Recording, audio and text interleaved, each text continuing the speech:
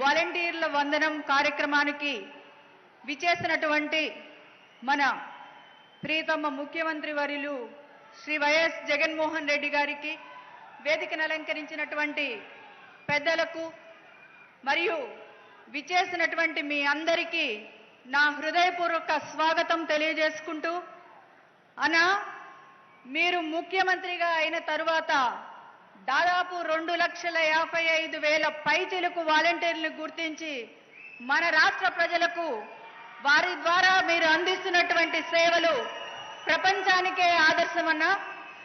ఈరోజు చంద్రబాబు నాయుడు గారు చెప్పారు, బాబొస్తే జాబ్ వస్తుంది, ఇంటికొక ఉద్యోగం ఇస్తాను, నిరుద్యోగ భృతి ఇస్తాను అని చెప్పి మాట తప్పిన పరిస్థితులు మనందరికీ తెలుసన్నా.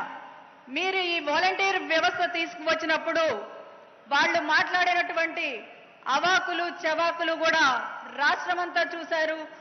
ఈరోజు తెగిడిన నోటితోనే పొగడ్తలు కురిపించేటువంటి పరిస్థితికి వాలంటీర్ వ్యవస్థను మీరు తీసుకువచ్చారు. అదే కదా పాలన అంటే.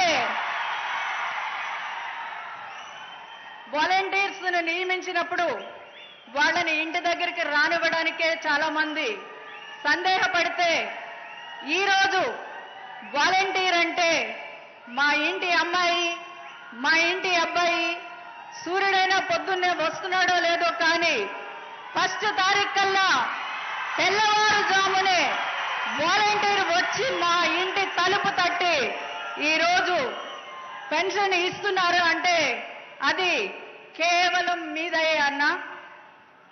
ఇప్పుడైతే కోవిడ్ రోజులు, లాక్డౌన్ రోజులు మనం మర్చిపోయాం, కానీ ఆ రోజు ఇంట్లో వాళ్ళు ఒకళ్ళు పలకరించుకోవడానికే భయపడేటువంటి పరిస్థితుల్లో మరి వాళ్ళ కుటుంబాలను కూడా లెక్క చేయకుండా సేవలు అందించినటువంటి సైనికులు ఎవరన్నా ఉన్నారంటే అది వాలంటీర్లు మాత్రమే అని చెప్పుకోవడానికి మేము కూడా గర్వపడుతున్నామన్నా. ఇంకా చెప్పాలి అంటే ఈరోజు ఎవరన్నా పెద్దవాళ్ళకి బాగోపోతే తల్లిదండ్రులు బిడ్డలకైనా ఫోన్ చేస్తున్నారో లేదో కానీ ఈరోజు వాలంటీర్కి ఫోన్ చేసి, అమ్మా మా పెన్షన్ ఏమన్నా ముందు ఇవ్వగలుగుతావా అంటే ఒక వాలంటీరు 2 కిలోమీటర్లు వెళ్ళి ఆ 3,000 తనే అందించినటువంటి చరిత్ర కూడా ఈరోజు మన ఆంధ్ర రాష్ట్ర వాలంటీర్లకు ఉందని చెప్పుకోవడానికి చాలా గర్వంగా ఉందన్నా. మీరు ఇస్తున్నటువంటి, ఇంకా చెప్పాలి అంటే ఒక వాలంటీర్ని స్టేట్ కార్పొరేషన్ చైర్మన్గా చేసినటువంటి ఘనత కూడా అది మీకే దక్కుతుందని చెప్పుకోవడానికి గర్వపడుతున్నామన్నా.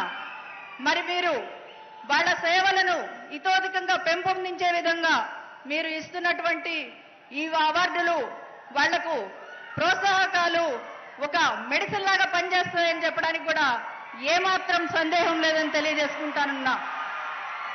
ఇంకొకటన్నా, మన దేశం హరిత విప్లవం చూసింది, నీలి విప్లవం చూసింది, శ్వేత విప్లవం కూడా చూసింది. కానీ మన రాష్ట్రానికి ఉద్యోగ విప్లవం తెచ్చినటువంటి వ్యక్తి ఎవరన్నా ఉన్నారంటే అది మీరేనన్నా. ఒకే నోటిఫికేషన్తో 1,35,000 సచివాలయ సిబ్బందిని మీరు కులం చూడలేదు, మతం చూడలేదు, ప్రాంతం చూడలేదు, పార్టీలు చూడలేదు, పారదర్శకంగా ఉద్యోగాలు ఇచ్చినటువంటి ఘనత ఏదైనా ఉందంటే అది కేవలం మీకే చెల్లుతుందన్నా. ఇంకా ఈరోజు మీరు కల్పించినటువంటి ఉద్యోగాలు ఎంత అని కేంద్రం చెప్పిన లెక్కలు 16 లక్షల మందికి ఈరోజు మన రాష్ట్రంలో ఉద్యోగాలు కల్పించబడి అన్న. ఈరోజు మరి రాజధాని ప్రాంతం అన్న గతంలో 1000 రూపాయలు ఇచ్చారు. మీరు వచ్చిన తర్వాత దాన్ని 3,000 రూపాయలకు పెంచారన్నా.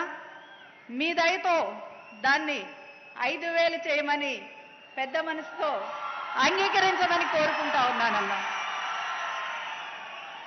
ఈరోజు మన ఆంధ్ర రాష్ట్ర పేద ప్రజల గుండె చప్పుడు ఏమిటంటే దండాలయ్యా దండాలయ్యా మహారాజై నువ్వు ఉండాలయ్యా.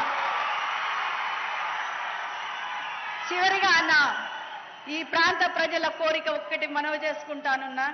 ఇక్కడ కార్మెల్ మాత కొండ ఉందన్న, దాని మీదకి ఘాట్ రోడ్డు అడుగుతున్నారన్నా.